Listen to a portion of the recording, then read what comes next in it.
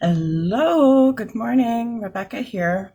It's the funniest thing. If for those of you who've known me for some time, I am rather infamously, or I was rather infamously, very much a night owl. It's a family trait on my dad's side, actually. And for years, I had said if I could change one thing about myself, I would be a morning person. And do you know what my favorite time to wake up is now? If I can wake up at 4:45 in the morning, to me that's just perfect. I love that. It's so nice. Life goal achieved. So speaking of life goals, would you, random person who is listening to me, like to be beloved in your community such that your neighbors will walk up to you and thank you for being there? Um, if so, I know how to make that happen. It's super easy. All right. This is Chalk the World.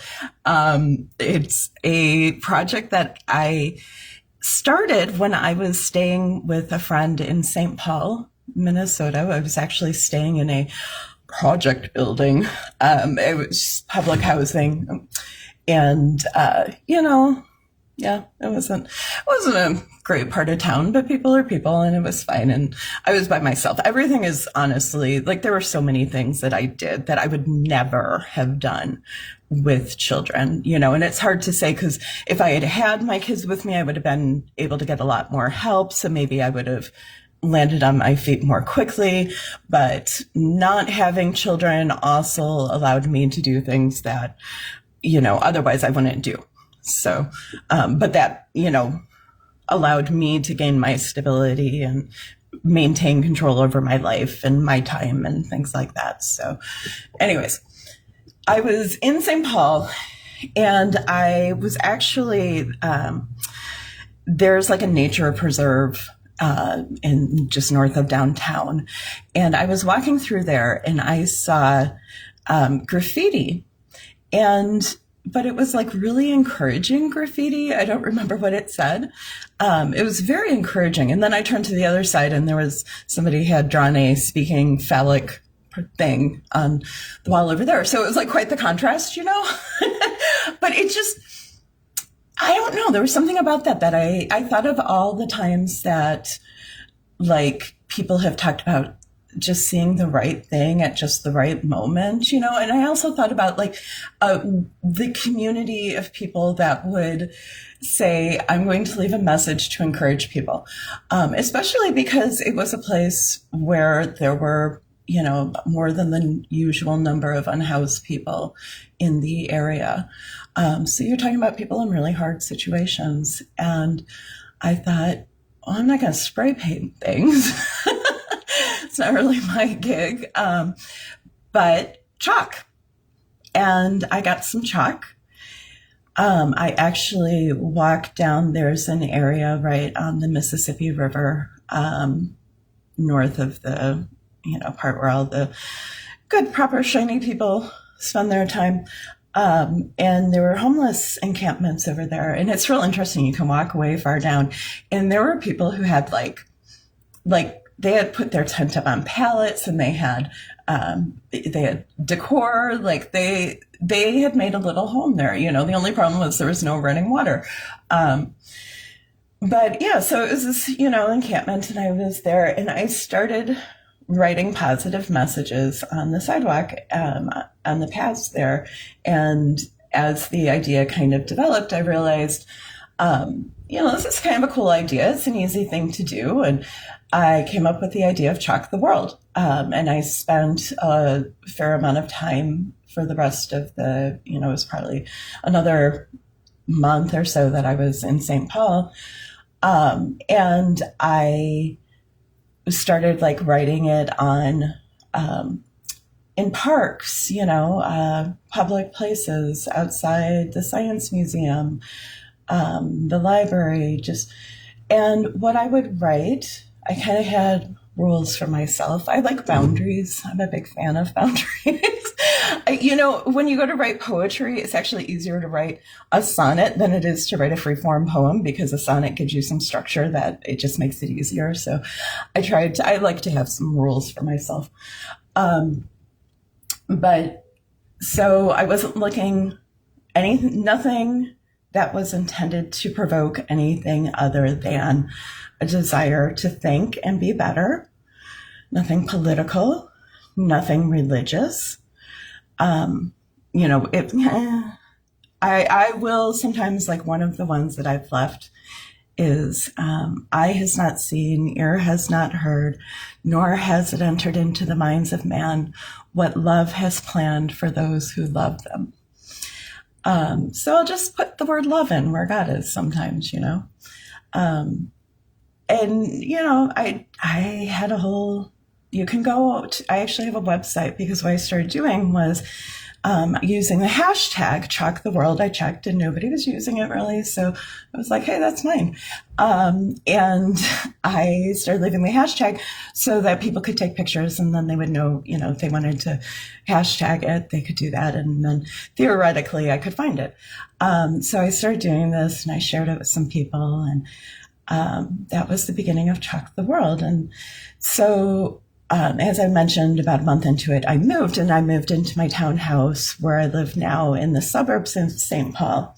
And I started doing it here. I spent a lot of time, leaving messages. You are beloved. Love your neighbor. Shine so brightly that the darkness cannot put you out. I'll do think deeper, vibe higher. Just different things. I don't know. I'd leave them in different places. And I started having people who would see me do this, and I had people walk up to me in tears. Thank you. Thank you so much for doing this. I can't tell you how this has impacted me. I walk in this area every day, and I'm a cancer survivor, and things are really hard. Or I'm fighting heart disease and things are really hard. And sometimes the things I start looking for these messages that you leave.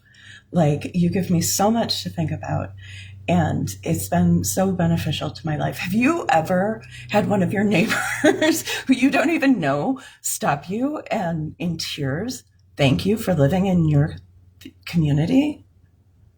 That is the power of this one thing. And you can do it. It's not hard. You can go down to the end of your driveway or to the sidewalk and write something. Your smile is beautiful. I like to think of Chalk the World as like the counterbalance to Nextdoor. Because Nextdoor is all like, so there's an ambulance over here and there's traffic there and somebody stole my carburetor. And it's like, here is your community that looks all nice and peaceful on the surface, but underneath, and I'm like, well, actually, there are really wonderful people all around you. And I think we forget that. I think we have, unfortunately, I think there are no small number of people who feel besieged in their own homes. And don't, just assume that their community is a risky place, even when they're living somewhere really safe, And so if you are leaving messages, even just a message that somebody sees and they know is communicating, there's somebody who cares about you nearby. There's somebody good nearby. Your neighbors aren't all stealing your carburetor. You don't have to just sit in your defensive position. Come on out. It's not so bad here among the living, Guys, I had a woman, one day I was writing on a corner, and this person pulled over their car and got out and waved and yells at me, "Thank you so much." I have people who thank me for living in my community. So and it's easy. It's really easy. Another fun thing you can do, and if you go to chalktheworld.com or .org, I have kind of more, you can see like tons and tons of pictures and some ideas for how to do this. You can even do it as a fundraiser. We're raising money for Afghanistan, for feeding families in Afghanistan. And you can find a link for that there. But one of the fun things that I have done is to leave boxes of chalk, or even just scatter the pieces of chalk along, like in front of the library. The summer, a couple of years ago, I had a box of chalk out there, and there were drawings all summer. I have also done it. This was kind of fun. I did it on the pathways leading up to the local middle school. You do have to go back and like be responsible for what gets written in some way. It's fine because you can go and take the pictures and do that as well. But sometimes you will see things that are not appropriate and you will just modify them. That's totally fine, because if you give middle schoolers a chance for creativity, there will be a few that use it for childish purposes, and that's fine. Sometimes I've had where I've discovered I've left chalk and somebody said something really hateful. Some people are really hurting, and that's what they have to express. And, I would modify it. I would remove it. One of the nice things about chalk is you can always erase it with water. So yeah, you can leave loving messages in front of the homes of your enemies.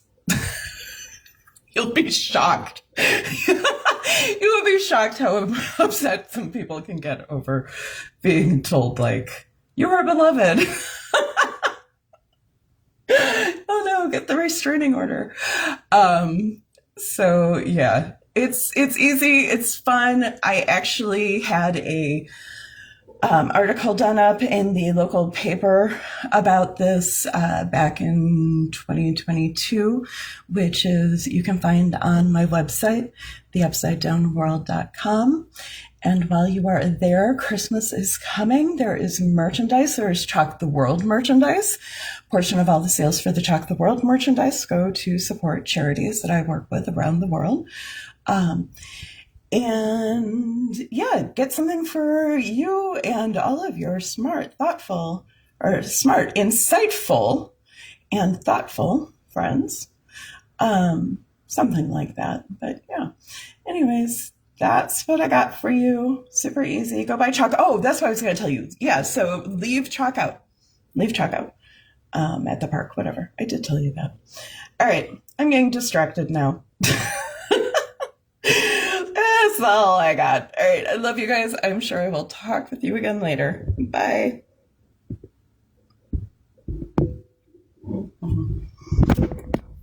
I can find the finish button.